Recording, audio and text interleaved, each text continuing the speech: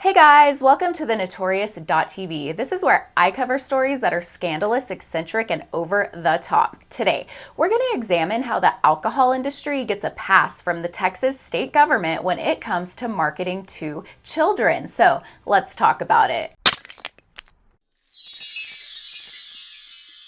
Lieutenant Governor Dan Patrick has spearheaded his crusade against the Texas hemp industry under the guise of protecting children. But let's look at some obvious hypocrisies that have been exposed lately within the perfectly legal and regulated alcohol industry. An end-of-year treat turns into a major mistake at a San Antonio middle school.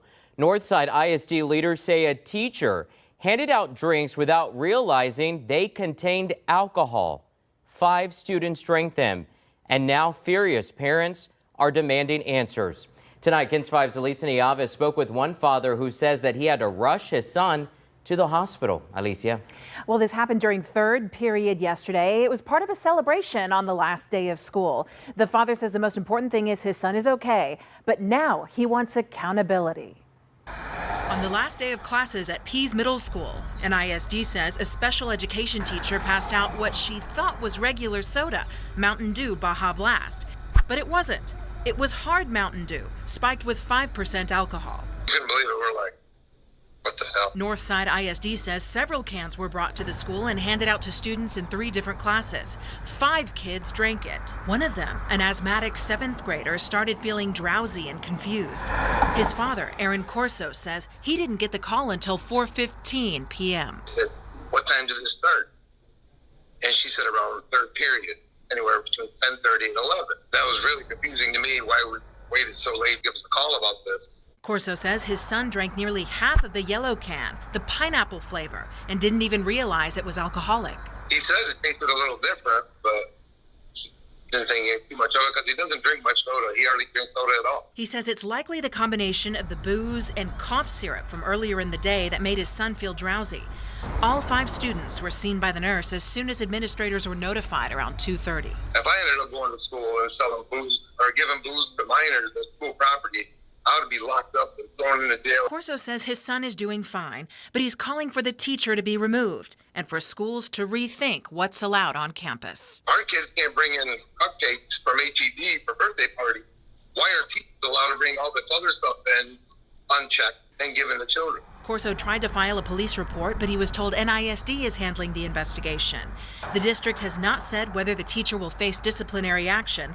They will be making a report with Child Protective Services. So these brightly colored cans, right, with familiar flavors and nearly identical branding, these are what makes these drinks especially dangerous for the kids. The National Poison Center says low blood sugar, seizures, and coma have been reported in severe cases. Y'all know those little boo-boo dolls that everybody is going crazy for right now, especially kids? Let me show you this. This is a beer company, beer company. This is the exact reason the hemp industry is getting shut down in Texas, because they say that we're targeting children, yet here's a beer company putting a Labubu doll on their label. Y'all, it just pissed me off so bad when I saw that. And then if I walk through here, look, here's those twisted tees with the bomb pops on them. All these things to target kids. And kids can walk in here right now and grab this stuff. Make it make sense, y'all.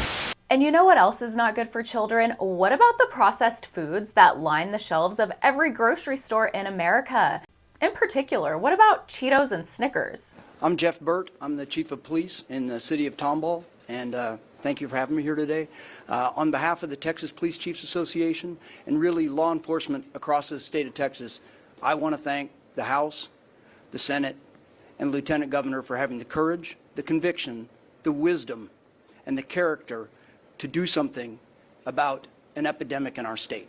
Ladies and gentlemen, what they said in front of you, as a guy who raised 4 daughters with my wife, I read every label on everything, and I think Texas are smart, people are smart consumers. We are. We can tell you what's in a bag of Cheetos and in a bag of, in a Snickers. I can't tell you what's in here.